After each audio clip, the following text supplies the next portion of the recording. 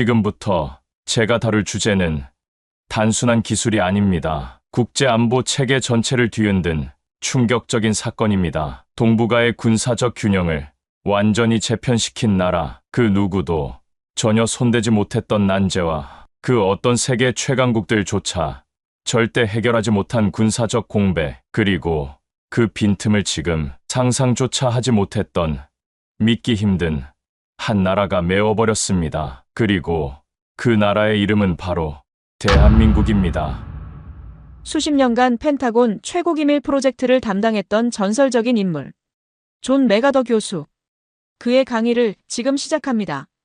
그 전에 잠깐 1초 만에 누를 수 있는 좋아요 버튼을 꾹 눌러주시면 영상 제작에 아주 큰 힘이 됩니다. 그럼 바로 시작하겠습니다. 하버드 대학교 케네디 스쿨. 세계 최고 엘리트들이 모이는 이곳에선 역사를 바꿀 충격적인 발표가 시작되려 하고 있었습니다. 강의실 문이 열리고 존 맥아더 교수가 들어섰습니다. 30년간 펜타곤 최고 기밀 프로젝트를 담당했던 전설적인 인물. 그의 얼굴에는 평소와 다른 긴장감이 서려 있었습니다. 여러분, 교수의 목소리가 강의실을 가득 메웠습니다. 평소보다 낮고 무거운 톤이었죠. 오늘 제가 여러분께 전할 내용은 앞으로 세계 군사 질서를 완전히 뒤바꿀 사건입니다. 72시간 전 동북아시아에서 일어난 일은 지금 이 순간에도 전 세계 정보기관들을 발칵 뒤집어 놓고 있습니다. 학생들 사이로 긴장된 속삭임이 흘렀습니다. 중국 유학생 리첸이 몸을 앞으로 기울였죠. 교수님, 혹시 우리나라 동펑 17호와 관련된 건가요? 최신 극초음속 미사일 실험에서 뭔가 문제가. 리첸, 당신은 완전히 틀렸습니다. 교수의 단호한 대답에 리첸의 얼굴이 굳어졌습니다. 문제가 생긴 건 중국이 아닙니다. 오히려 중국 군부가 지금 이 순간 비상회의를 소집한 이유는 따로 있어요. 그럼 설마 북한이 또 도발을. 북한도 아닙니다. 교수가 리모컨을 눌렀습니다. 거대한 스크린에 한반도 지도가 나타났죠. 그 순간 강의실의 공기가 얼어붙었습니다. 그 나라는 바로 대한민국입니다. 여러분이 지금까지 알고 있던 군사적 상식을 모두 버리십시오. 대한민국이 해낸 일은 불가능을 현실로 만든 기적이기 때문이니까요. 한국이요? 교수님, 솔직히 한국의 방어 기술이 미국이나 러시아 수준에 근접했다고 보기는. 에반, 근접한 게 아닙니다. 교수의 눈빛이 날카로워졌습니다. 한국이 우리를 앞서갔습니다. 강의실이 완전히 조용해졌습니다. 학생들의 숨소리마저 들릴 정도였죠. 지난 목요일 오후 2시 37분 한국 서해상공에서 벌어진 일을 보십시오. 스크린에 레이더 영상이 나타났습니다. 빠른 속도로 움직이는 점 하나가 보였죠. 마하 8.5로 비행하는 극초음속 표적, 불규칙하게 기동하며 모든 기존 방어망을 무력화시킬 수 있는 무기였습니다. 그런 속도라면 우리 동펜 17호와 비슷한 수준이네요. 그런 걸 요격한다는 건. 불가능에 가깝죠. 총알로 총알을 맞추는 것보다 1000배는 어려운 일입니다. 교수가 다시 화면을 바꿨습니다. 이번에는 다른 점이 나타났죠. 그런데 이것을 보십시오. 한국의 엘셈 시스템에서 발사된 요격 미사일입니다. 교수님, 설마 그 두 점이. 맞습니다. 충돌했습니다. 완벽하게. 화면에서 두 점이 만나는 순간 작은 폭발이 일어났습니다. 학생들은 숨을 죽이고 화면을 바라봤죠. 이건 정말 놀라운데요. 한국이 정말로 극초음속 미사일을 요격한 거군요. 에밀리, 이건 시작에 불과합니다. 더 충격적인 사실이 있어요. 교수가 새로운 자료를 화면에 띄웠습니다. 복잡한 수치들이 가득한 분석표였죠. 한국은 이 실험을 한 번만 한 게 아닙니다. 총 12차례 실시했고 그 중 11번 성공했습니다. 92% 성공률이라고요? 그런 수치는. 현재 세계 어떤 방어 시스템도 달성하지 못한 수준입니다. 미국의 사드가 60%, 러시아의 S-400이 65%인 상황에서 말이죠. 학생들의 얼굴이 창백해졌습니다. 각자 조국의 군사력에 대한 자부심이 한순간에 흔들리고 있었죠. 교수님, 그럼 이제 한국이 세계 최강의 미사일 방어 능력을 갖게 된 건가요? 에반, 당신이 말한 게 핵심입니다. 한국은 이제 더 이상 보호받는 나라가 아닙니다. 교수의 목소리가 더욱 무거워졌습니다. 보호하는 나라가 되었습니다. 하지만 이게 정말 한국의 독자 기술인지 의문이 드는데요. 미국과의 기술 협력 없이는 스즈키, 그것이야말로 가장 충격적인 부분입니다. 교수가 잠시 말을 멈췄습니다. 그리고 천천히 입을 열었죠. 한국은 이 모든 걸 완전히 독자적으로 해냈습니다. 미국도, 러시아도, 중국도 모르는 기술로 말입니다. 그 순간 강의실은 완전한 정적에 휩싸였습니다. 세계 최고 엘리트들의 입에서 탄성이 새어나왔죠. 강의실의 정적을 깨뜨린 것은 리첸의 떨리는 목소리였습니다. 중국 정부 장학생으로서 조국의 군사적 우위에 대한 확신이 흔들리고 있었죠. 교수님, 잠깐만요. 정말로 한국이 우리 동펑 17호를 요격할 수 있다는 말씀이신가요? 동펑 17호는 마하 10의 속도로 불규칙하게 활공하는데 리첸, 당신의 동펑 17호 이야기를 해보죠. 교수가 새로운 화면을 띄웠습니다.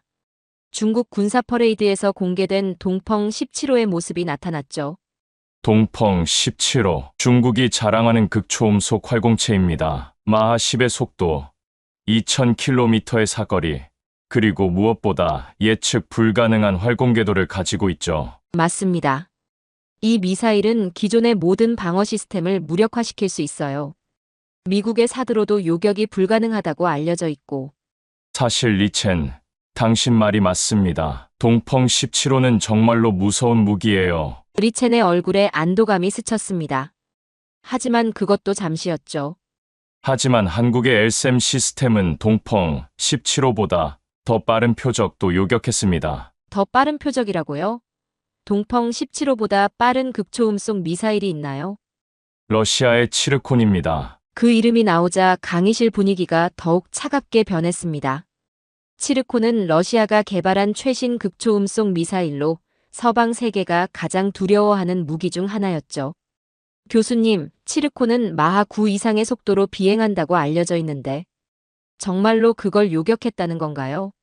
에반, 정확히는 치르콘과 동일한 성능의 모의 표적을 요격했습니다. 마하 9.5의 속도, 해면 근접 비행, 그리고 급격한 방향 전환까지 모두 재현해서 말이죠. 학생들의 얼굴이 점점 더 경직되어 갔습니다. 자신들이 알고 있던 세계 군사 질서가 완전히 뒤바뀌고 있다는 걸 깨닫기 시작했죠. 여러분이 이해해야 할 것은 극초음속 미사일 요격이 얼마나 어려운 일인지입니다. 교수가 복잡한 궤도 계산 그래프를 화면에 띄웠습니다. 극초음속 미사일은 단순히 빠르기만 한 게 아닙니다. 대기권을 스키핑하며 날아가죠. 물수제비를 뜨는 것처럼 말입니다. 그럼 궤도 예측이 거의 불가능하겠네요. 맞습니다. 에밀리, 기존의 탄도미사일은 포물선 궤도를 그리기 때문에 어느 정도 예측이 가능했어요. 하지만 극초음속 활공체는 완전히 다릅니다. 교수가 레이저 포인터로 화면의 복잡한 곡선을 가리켰습니다.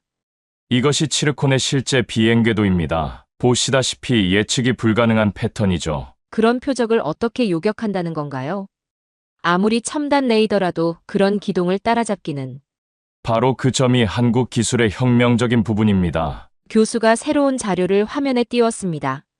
한국의 LSM 시스템 구성도가 나타났죠. 한국은 기존의 방식을 완전히 버렸습니다. 대신 인공지능 기반의 다층 추적 시스템을 개발했어요. 다층 추적이라는 게 무슨 뜻인가요?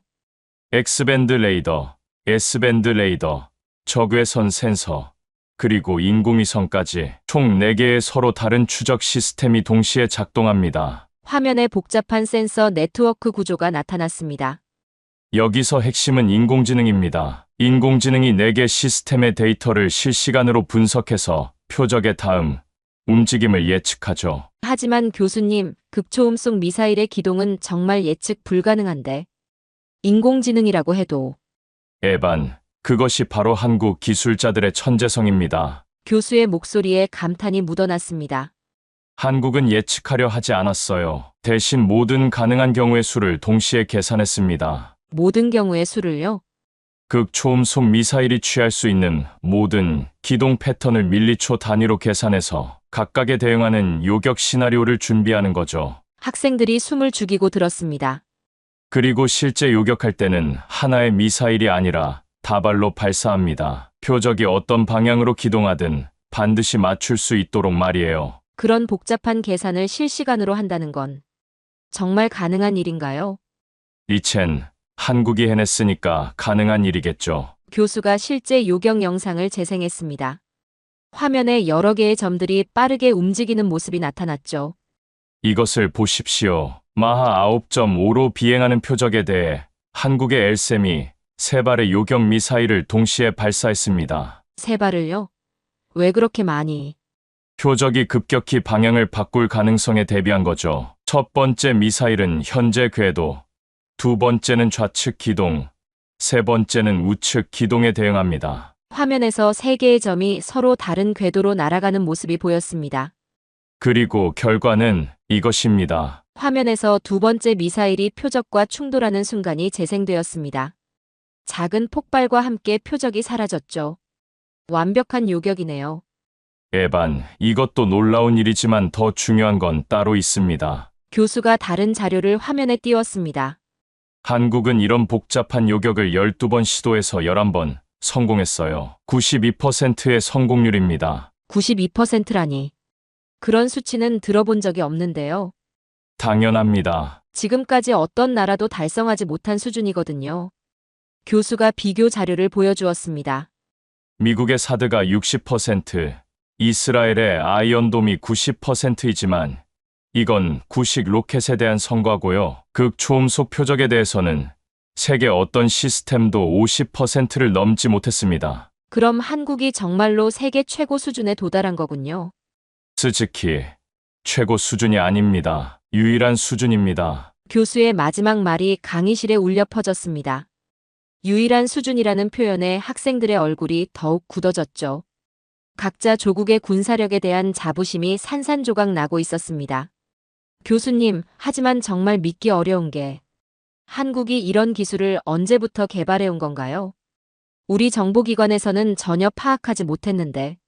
에반, 그것이야말로 가장 놀라운 부분입니다. 한국은 이 프로젝트를 극비리에 진행했어요. 심지어 동맹국인 미국조차 모르게 말입니다. 에반의 얼굴이 창백해졌습니다. 아버지가 국방부 차관보인 그로서는 이런 중대한 정보를 놓쳤다는 게 충격적이었죠. 교수님, 그런데 한국이 정말 독자적으로 이런 기술을 개발할 수 있을까요? 분명히 미국이나 다른 나라의 기술 지원이 있었을 거예요. 이첸, 당신의 의구심을 이해합니다. 저 역시 처음에는 같은 생각이었거든요. 교수가 새로운 자료를 화면에 띄웠습니다. 복잡한 기술 개발 과정이 담긴 연표가 나타났죠. 하지만 조사 결과 한국은 2018년부터 완전히 독자적인 경로로 이 기술을 개발해왔습니다. 그것도 우리가 전혀 예상하지 못한 방식으로 말이에요. 어떤 방식 말인가요? 기존의 서방 기술을 모방하는 대신 완전히 새로운 접근법을 택했습니다. 동양적 사고방식이라고 할까요? 교수가 한국의 기술 개발 철학을 설명하기 시작했습니다. 서방 세계는 극초음속 미사일 요격을 위해 더 빠르고 강력한 요격 미사일을 만들려고 했어요. 힘으로 힘을 제압하는 방식이죠. 그게 일반적인 접근법 아닌가요? 맞습니다. 하지만 한국은 정반대로 생각했어요. 더 빠른 미사일을 만드는 대신 더 똑똑한 시스템을 만들었습니다. 화면에 한국의 인공지능 기반 요격 시스템 구조도가 나타났습니다. 한국 기술자들은 태권도에서 영감을 얻었다고 합니다. 상대의 힘을 이용해서 역으로 제압하는 원리를 미사일 요격에 적용한 거죠. 태권도에서요? 그게 무슨 의미인가요? 극초음속 미사일의 빠른 속도와 급격한 기동을 오히려 역이용한 겁니다. 미사일이 빠를수록 기동이 급격할수록 더 정확하게 요격할 수 있도록 시스템을 설계했어요. 학생들이 이해하기 어렵다는 표정을 지었습니다. 좀 더 구체적으로 설명해 드리죠. 극초음속 미사일이 급격하게 방향을 바꿀 때는 반드시 물리적 한계가 있습니다. 아무리 첨단 기술이라도 관성의 법칙은 피할 수 없거든요. 아, 그 순간의 움직임을 예측한다는 말씀이신가요? 정확합니다. 한국의 인공지능은 미사일이 급기동을 시작하는 순간의 미세한 변화를 포착해서 다음 궤도를 99.7% 정확도로 예측합니다. 99.7%라니. 그런 정확도가 정말 가능한 건가요? 가능하다고 말씀드리는 이유는 실제로 해냈기 때문입니다. 교수가 실제 요격 데이터를 보여주었습니다. 이것을 보십시오. 마하 8.5로 비행하던 표적이 갑자기 좌측으로 30도 기동하는 순간입니다. 화면에서 빠르게 움직이던 점이 급격히 방향을 바꾸는 모습이 보였습니다. 한국의 시스템은 이 기동 시작 0.003초 만에 새로운 궤도를 계산하고 요격 미사일의 방향을 조정했습니다. 0.003초요? 그건 인간의 반응 속도보다 수천 배 빠른 건데. 맞습니다. 이것이 바로 한국이 개발한 양자 컴퓨터 기반 실시간 계산 시스템의 위력입니다. 양자 컴퓨터라는 말에 학생들의 눈이 커졌습니다. 양자 컴퓨터를 미사일 요격에 실제로 적용했다고요? 에밀리, 한국은 IBM이나 구글보다 먼저 군사용 양자 컴퓨터를 실용화했습니다. 그것도 완전히 독자적으로 말이에요. 그런 정보는 우리 정보기관에서 전혀 파악하지 못했는데요.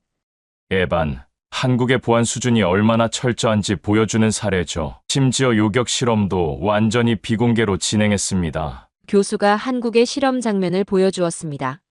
이 영상은 72시간 전까지 세계에서 오직 3명만 봤던 자료입니다. 한국 대통령, 국방부 장관, 그리고 엘셈 프로젝트 총책임자만 말이에요. 그런 기밀 자료를 어떻게 입수하신 건가요?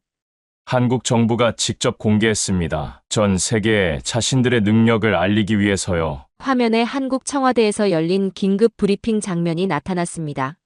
한국 대통령이 직접 나서서 이 성과를 발표했어요. 그것도 전 세계 주요국 대사들을 초청한 자리에서 말입니다. 한국이 왜 갑자기 이런 기술을 공개한 걸까요? 계속 비밀로 유지하는 게 유리할 텐데. 리첸, 그것이 바로 한국의 전략적 판단입니다. 이제 더 이상 숨길 필요가 없다고 본 거죠. 교수의 설명이 계속되었습니다.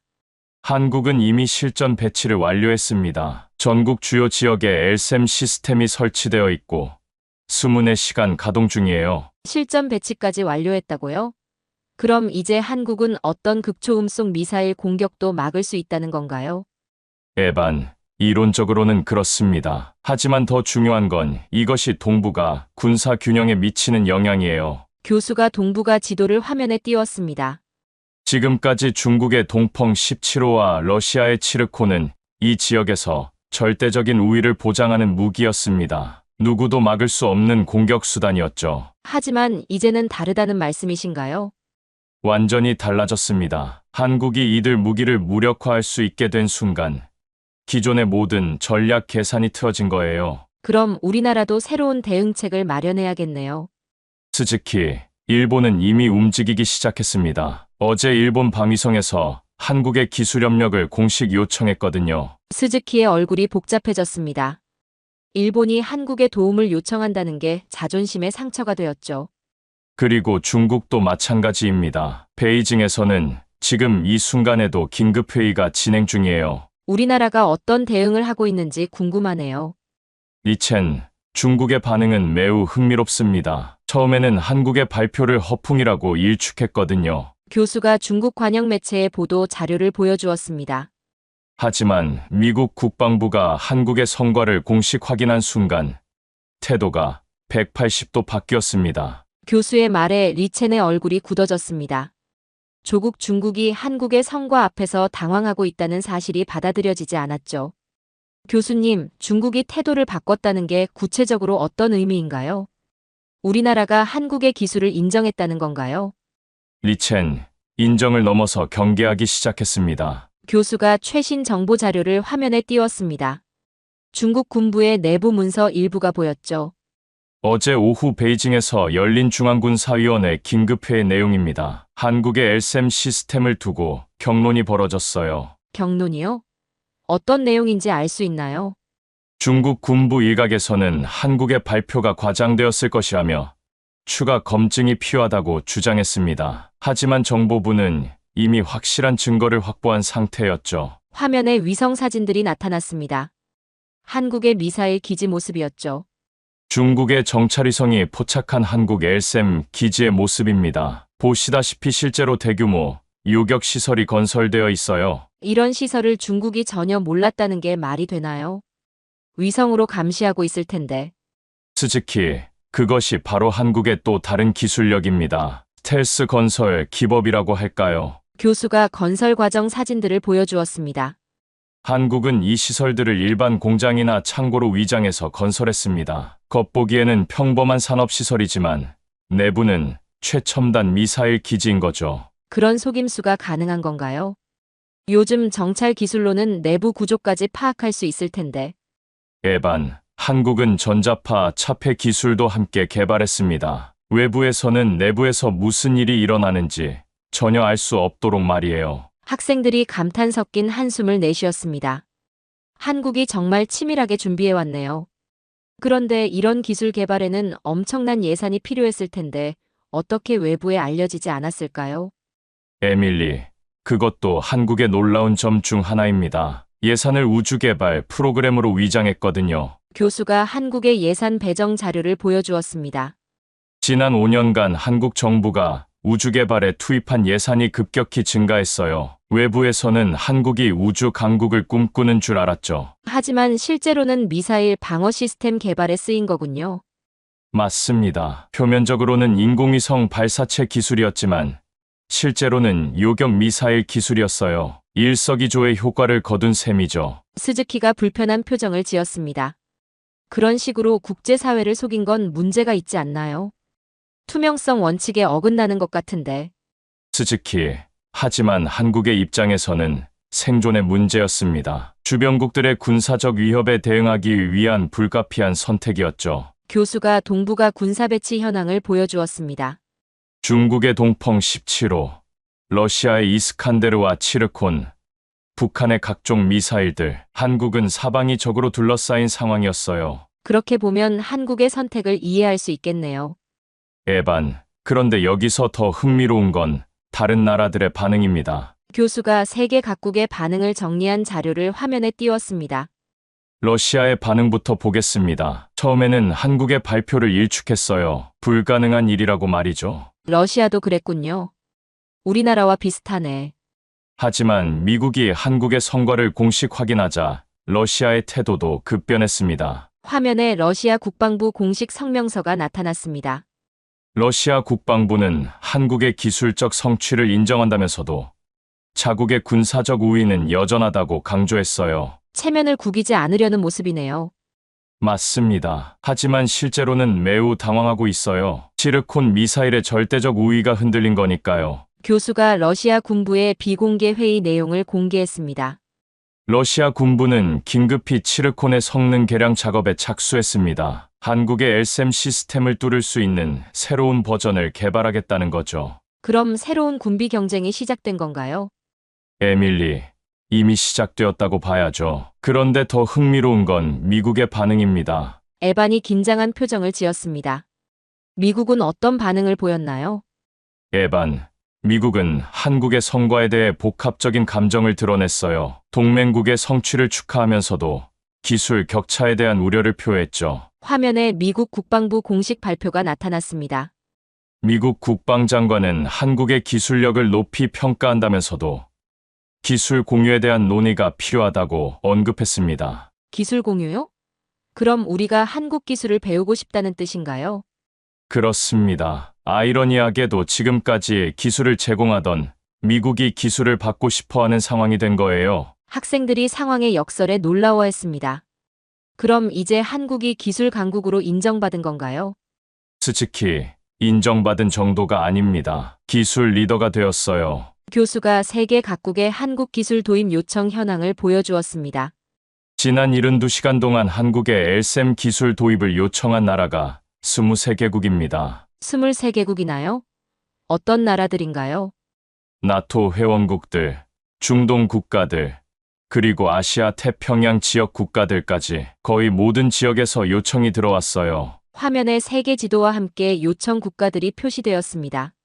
특히 이스라엘의 반응이 인상적이었어요. 자국의 아이언돔에 대한 자부심이 강했는데 한국 기술과의 결합을 적극 검토하겠다고 발표했거든요. 이스라엘까지 그렇다면 한국 기술의 위력이 정말 대단한 거네요. 에밀리, 하지만 여기서 가장 주목할 점은 한국의 대응입니다. 교수가 한국 정부의 공식 입장을 화면에 띄웠습니다. 한국은 모든 기술 이전 요청에 대해 신중하게 검토하겠다고 발표했어요. 그러면서 몇 가지 조건을 제시했죠. 어떤 조건들인가요? 첫째, 한국의 안보에 위협이 되지 않는 국가여야 한다. 둘째, 기술의 제3국 이전을 금지한다. 셋째, 한국과의 전략적 파트너십을 강화해야 한다. 학생들이 한국의 당당한 태도에 놀라워했습니다. 한국의 당당한 조건 제시에 강의실 분위기가 더욱 무거워졌습니다. 지금까지 기술을 받아들이는 입장이었던 한국이 이제는 기술을 선별적으로 나누어주는 위치에 서게 된 거죠. 교수님, 한국이 그런 조건을 내걸 수 있을 만큼 자신감을 갖게 된 이유가 뭔가요? 아무리 좋은 기술이라도 다른 나라들이 받아들이지 않을 수도 있잖아요. 스즈키, 그것이 바로 한국이 계산한 부분입니다. 현재 전 세계가 극초음속 무기의 위협에 노출되어 있거든요. 교수가 세계 극초음속 무기 현황을 보여주었습니다. 중국의 동펑 17호, 러시아의 치르콘, 그리고 조만간 북한도 극초음속 무기를 보유할 예정입니다. 이런 상황에서 한국의 엘셈은 유일한 해답이에요. 하지만 다른 나라들도 비슷한 기술을 개발할 수 있지 않을까요? 리첸, 이론적으로는 가능하지만 시간이 문제입니다. 교수가 각국의 기술 개발 진행 상황을 분석한 자료를 화면에 띄웠습니다. 미국이 유사한 수준의 기술을 개발하려면 최소 5년, 러시아는 7년, 중국도 6년은 걸릴 것으로 예상됩니다. 그 정도 시간이면 상황이 많이 달라질 수 있겠네요. 에반, 맞습니다. 그리고 그 기간 동안 극초음속 무기의 위협은 계속 증가할 거예요. 교수가 최근 일어난 사건들을 열거하기 시작했습니다. 지난달 중국이 대만 근해에서 동펑 17호 시험 발사를 했고, 러시아는 우크라이나에 치르콘을 실전 투입했습니다. 극초음속 무기가 이미 현실의 위협이 된 거죠. 그럼 한국의 엘셈 기술이 더욱 절실해지는 상황이네요. 에밀리, 정확한 분석입니다. 그래서 한국이 강한 입장에서 협상할 수 있는 거예요. 교수가 한국과 각국 간의 협상 현황을 보여주었습니다. 어제 일본 방위성 장관이 직접 서울을 방문했습니다. 엘셈 기술 도입을 위한 긴급 협상을 위해서였어요. 우리 장관이 직접 갔다고요? 그런 정보는 전혀 몰랐는데. 비공개 방문이었습니다. 하지만 결과는 공개되었죠. 화면에 한일 공동성명서가 나타났습니다. 한국과 일본이 방위기술 협력 강화에 합의했다는 내용입니다. 구체적으로는 한국의 엘셈 기술과 일본의 센서 기술을 결합하는 프로젝트예요. 그럼 우리나라도 한국으로부터 기술을 받게 되는 건가요? 스즈키, 받는다기보다는 공동개발 방식입니다. 하지만 핵심 기술은 한국이 주도하게 되죠. 스즈키의 얼굴이 복잡해졌습니다. 일본이 한국의 주도하에 기술 개발을 한다는 게 자존심에 상처가 되었죠. 그럼 중국은 어떤 입장인가요? 우리도 한국과 협력할 가능성이 있을까요? 리첸, 중국의 상황은 좀 더 복잡합니다. 교수가 중국의 대응 전략을 설명하기 시작했습니다. 중국은 한국의 기술을 인정하면서도 독자적인 대응책을 마련하려고 합니다. 한국에 의존하고 싶지 않은 거죠. 그게 가능한 일인가요? 어려울 것 같습니다. 중국이 가진 기존 기술로는 한국 수준에 도달하기까지 상당한 시간이 필요해요. 교수가 중국의 기술 개발 현황을 분석한 자료를 보여주었습니다. 중국의 홍치 시리즈 방공 시스템은 기존 미사일에는 효과적이지만 극초음속 표적에는 한계가 있습니다. 그럼 결국 우리도 한국과 협력해야 하는 건가요?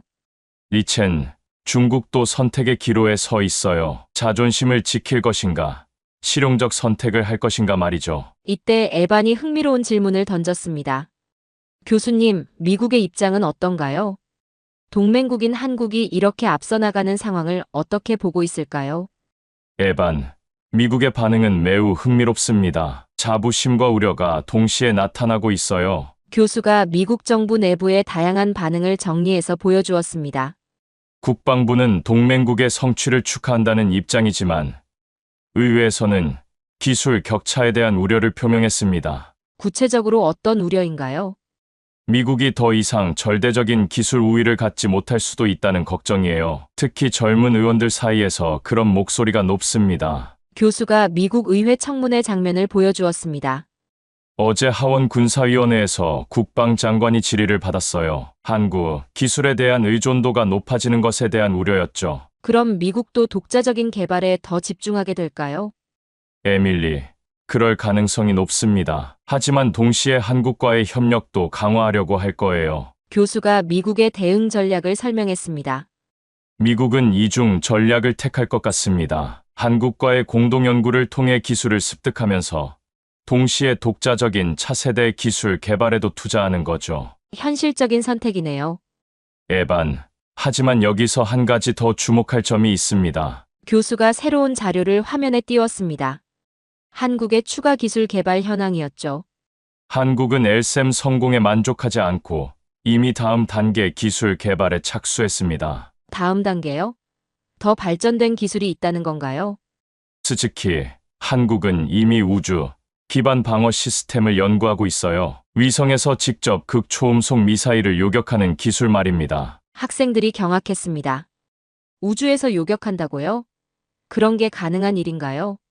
리첸, SF 영화에서나 봤던 일이 현실이 되고 있습니다. 한국의 기술 발전 속도를 보면 5년 내에 실현 가능할 것 같아요. 그럼 한국이 정말로 세계 최강의 방어 강국이 되는 건가요? 에밀리, 이미 되었다고 봐야죠. 그리고 앞으로 그 격차는 더욱 벌어질 것 같습니다. 교수의 단언적인 말에 강의실이 다시 조용해졌습니다. 학생들은 각자 조국의 미래에 대해 복잡한 생각에 빠져들었죠.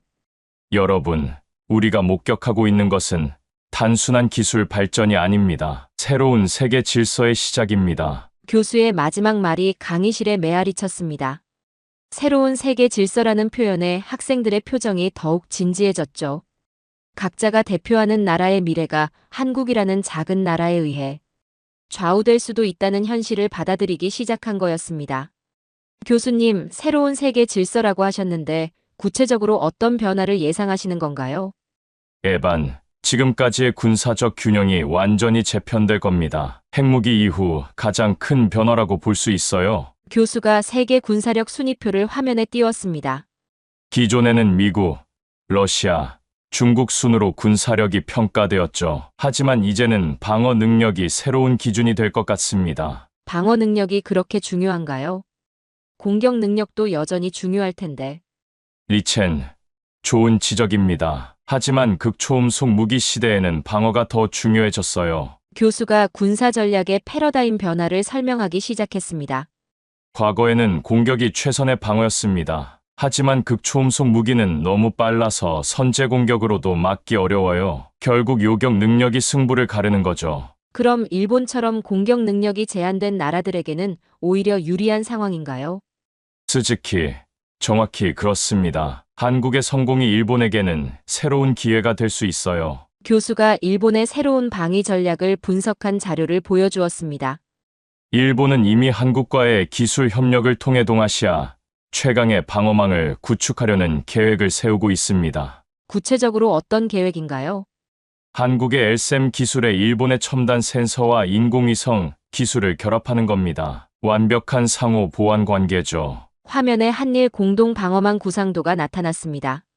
이 시스템이 완성되면 한반도와 일본 열도 전체를 하나의 거대한 방어막으로 보호할 수 있게 됩니다. 정말 놀라운 구상이네요. 그런데 중국이나 러시아는 이런 계획을 가만히 두고 볼까요? 에밀리, 바로 그 점이 새로운 긴장의 원인이 되고 있어요. 교수가 최근 중국과 러시아의 대응 동향을 보여주었습니다. 중국은 한국의 LSM 시스템을 무력화할 수 있는 새로운 극초음속 무기 개발에 착수했습니다. 동펑 27호라는 코드명으로 진행 중이에요. 동펑 27호요? 그런 프로젝트가 있었나요?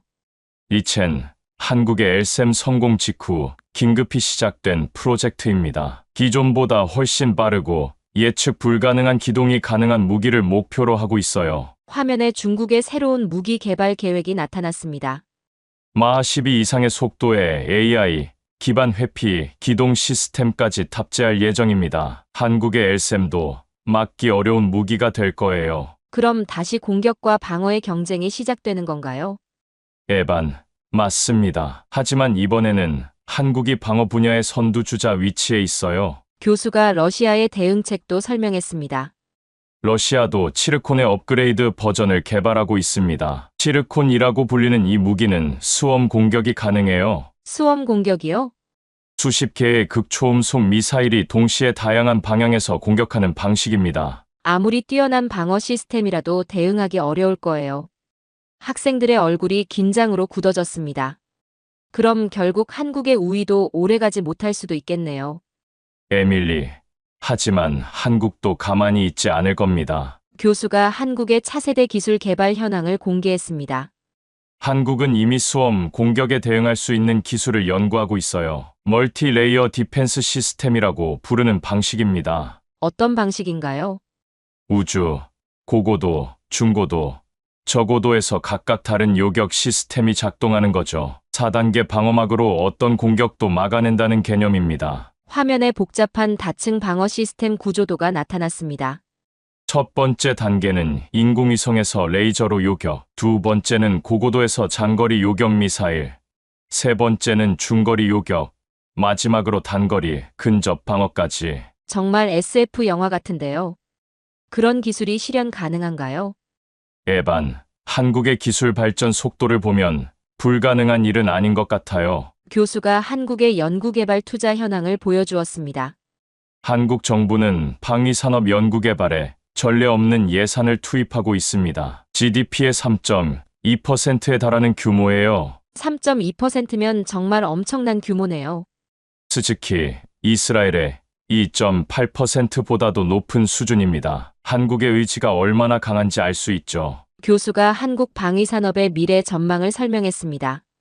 한국은 10년 내에 세계 방위산업 시장의 10%를 점유하겠다는 목표를 세웠어요. 현재 1.2%인 점을 감안하면 엄청난 도약입니다. 그런 목표가 달성 가능한가요?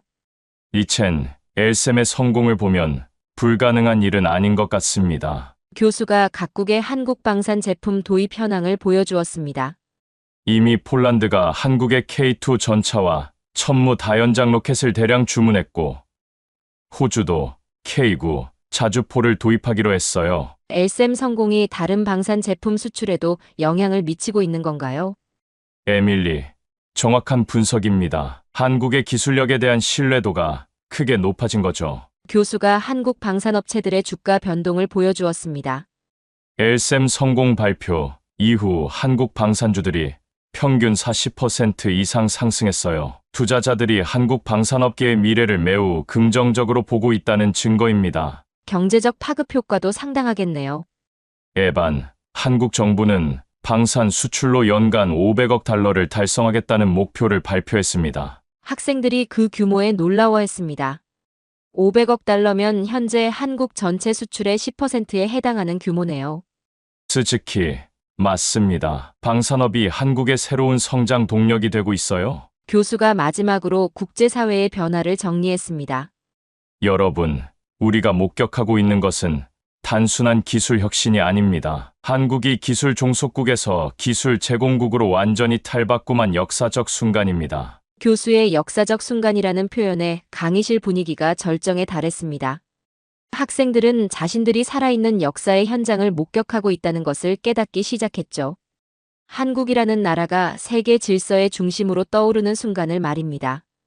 교수님, 그런데 한국이 이런 성과를 이룰 수 있었던 근본적인 이유가 뭐라고 생각하세요? 다른 나라들도 충분한 자원과 기술력을 가지고 있는데. 에반, 탁월한 질문입니다. 저도 오랫동안 그 비밀을 분석해봤어요. 교수가 한국의 성공 요인을 분석한 자료를 화면에 띄웠습니다. 첫 번째는 절실함입니다. 한국은 지정학적으로 사면이 적으로 둘러싸인 상황이었어요. 생존을 위해서는 다른 선택이 없었던 거죠. 절실함이 그렇게 중요한 요소인가요? 이첸, 절실함만큼 강한 동기는 없습니다. 미국이나 중국, 러시아는 상대적으로 안전한 지리적 위치에 있어서 그런 절박함이 부족했어요. 교수가 한국의 지정학적 환경을 설명했습니다. 북한의 핵무기, 중국의 동펑 시리즈, 러시아의 극초음속 무기, 한국은 이 모든 위협에 동시에 노출되어 있었습니다. 그런 환경이 오히려 기술 발전의 촉매가 된 건가요? 스즈키, 정확히 그렇습니다. 두 번째 요인은 집중입니다. 한국은 제한된 자원을 극초음속 방어라는 한 분야에 모든 것을 걸었어요. 화면에 한국의 연구개발 투자 배분 현황이 나타났습니다. 다른 나라들은 공격 무기와 방어 무기를 동시에 개발하려고 했지만 한국은 방어에만 집중했습니다. 그 결과 획기적인 성과를 낼 수 있었던 거죠. 하지만 방어만으로는 한계가 있지 않나요? 에밀리, 그것이 바로 한국의 천재적인 전략이었어요. 완벽한 방어 자체가 최강의 억제력이 된다는 걸 깨달은 거죠. 교수가 억제 이론을 설명하기 시작했습니다. 상대방이 어떤 공격을 해도 막을 수 있다면 그 공격 자체가 의미 없어집니다. 결국 전쟁 자체를 억제하는 효과가 생기는 거예요. 흥미로운 관점이네요. 그런데 세 번째 요인은 뭔가요? 리첸, 세 번째는 문화적 특성입니다. 한국인들의 빨리빨리 문화와 완벽주의가 결합된 거죠. 교수가 한국 연구진들의 작업 방식을 분석한 자료를 보여주었습니다. 한국 연구진들은 하루 16시간씩 일하면서도 0.1%의 오차도 용납하지 않았어요. 이런 강도 높은 작업이 5년간 지속된 겁니다. 그런 강도로 일하면 번아웃이 올 것 같은데요. 에반. 하지만 한국 연구진들에게는 특별한 동기가 있었습니다. 교수가 한국 연구진들의 인터뷰 영상을 틀었습니다. 엘셈 프로젝트 총책임자의 말을 들어보세요. 우리 아이들이 안전한 나라에서 살 수 있도록 하겠다는 것이 유일한 목표였다고 합니다. 영상 속에서 연구진들의 진솔한 마음이 전해졌습니다. 개인적인 동기가 그렇게 큰 힘을 발휘한 건가요? 스즈키, 한국 전쟁을 경험한 세대의 절실함이 젊은 과학자들에게 전해진 거죠. 다시는 무력한 나라가 되지 않겠다는 의지였어요. 교수가 네 번째 성공 요인을 설명했습니다. 네 번째는 교육 시스템입니다. 한국의 수학, 과학 교육 수준은 세계 최고예요. 이것이 기초가 되어 첨단 기술 개발이 가능했던 거죠. 교육의 힘이 이렇게 직접적으로 나타날 수 있군요. 에밀리, PISA 수학 과학 성적에서 한국이 계속 1위를 차지하는 게 우연이 아니었던 거예요. 교수가 한국 과학자들의 학력 수준을 분석한 자료를 보여주었습니다. 엘셈 프로젝트에 참여한 연구진의 98%가 박사학위 소지자였고 그 중 40%는 해외 명문대 출신이었습니다. 정말 엘리트 집단이네요. 리첸, 하지만 여기서 중요한 건 이들이 모두 조국으로 돌아왔다는 점입니다. 두뇌 유출이 아니라 두뇌 환류가 일어난 거죠. 교수가 한국의 인재 정책을 설명했습니다.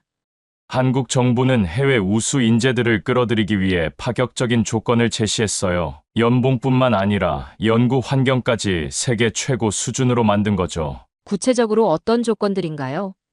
에반, 연구비 제한 없음, 실패해도 처벌 없음, 성공하면 특별 포상, 연구자들이 꿈꿀 수 있는 최적의 환경이었어요. 교수가 다섯 번째 성공 요인을 설명했습니다.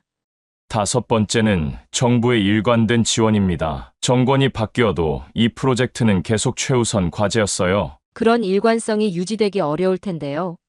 스즈키, 한국은 국가 안보 문제에 대해서는 여야가 합의했어요. 정치적 이해관계를 떠나 국가의 생존이 걸린 문제라고 본 거죠. 교수가 한국 정치권의 초당적 합의 과정을 보여주었습니다. 2019년 국회에서 엘셈 프로젝트 예산이 만장일치로 통과되었습니다. 이런 일은 한국 정치사에서도 매우 드문 일이었어요. 정말 특별한 경우네요.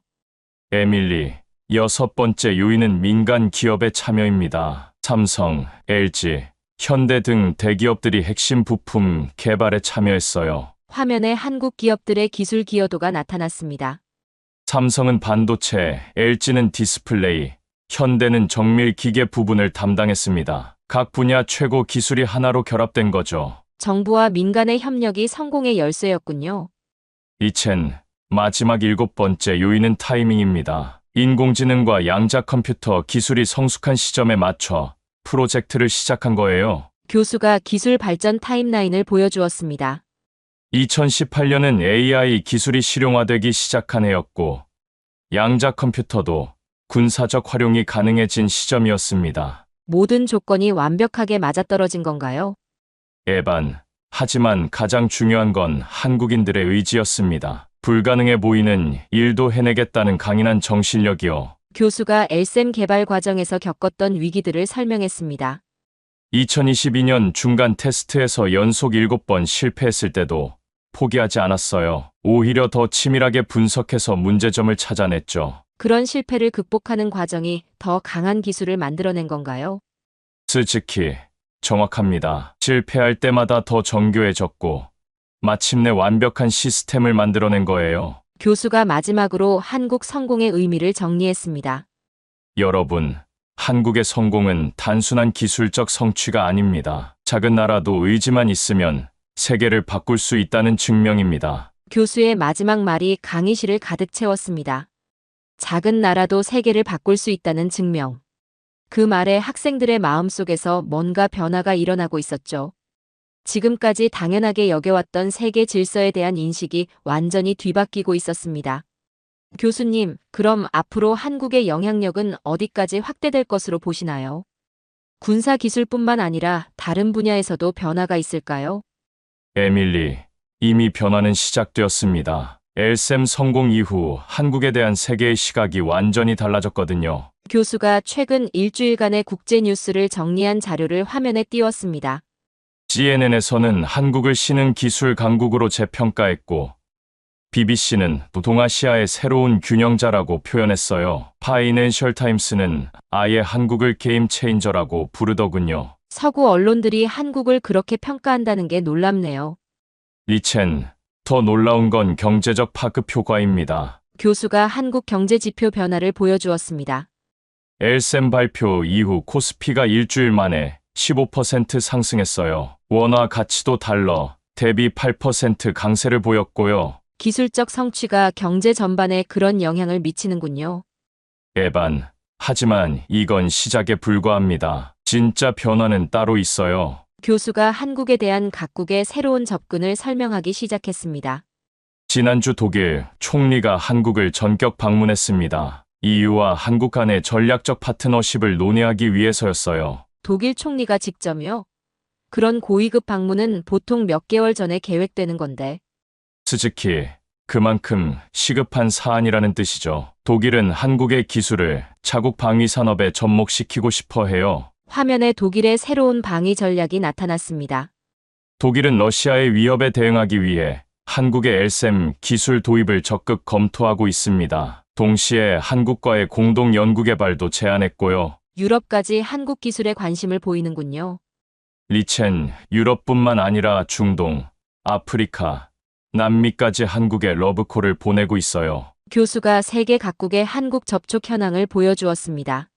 사우디아라비아는 한국과의 방산협력을 위해 100억 달러 규모의 펀드 조성을 제안했습니다. UAE도 한국 기업들의 현지 진출을 위한 특별 인센티브를 준비했고요. 정말 전 세계가 한국에 주목하고 있네요. 에밀리, 하지만 가장 극적인 변화는 아시아 지역에서 일어나고 있어요. 교수가 아시아 정세 변화를 분석한 자료를 화면에 띄웠습니다. 동남아시아 국가들이 한국을 새로운 안보 파트너로 주목하기 시작했습니다. 특히 베트남과 필리핀의 변화가 주목할 만해요. 구체적으로 어떤 변화인가요? 에반, 이 나라들이 중국의 압박에 대응하기 위해 한국과의 협력을 강화하려고 해요. 한국의 방어 기술이 있다면 중국의 위협을 상당 부분 상쇄할 수 있거든요. 교수가 새로운 안보 협력체 구상을 설명했습니다. 한국을 중심으로 한 새로운 방어 네트워크가 형성되고 있어요. 한일, 한오, 한국 싱가포르, 한국인도 협력이 동시다발적으로 강화되고 있습니다. 그럼 아시아 지역의 역학관계가 완전히 바뀌는 건가요? 스즈키, 이미 바뀌었다고 봐야죠. 한국이 단순한 중견국에서 지역 강국으로 부상한 거예요. 교수가 한국의 새로운 위상을 보여주는 사례들을 제시했습니다.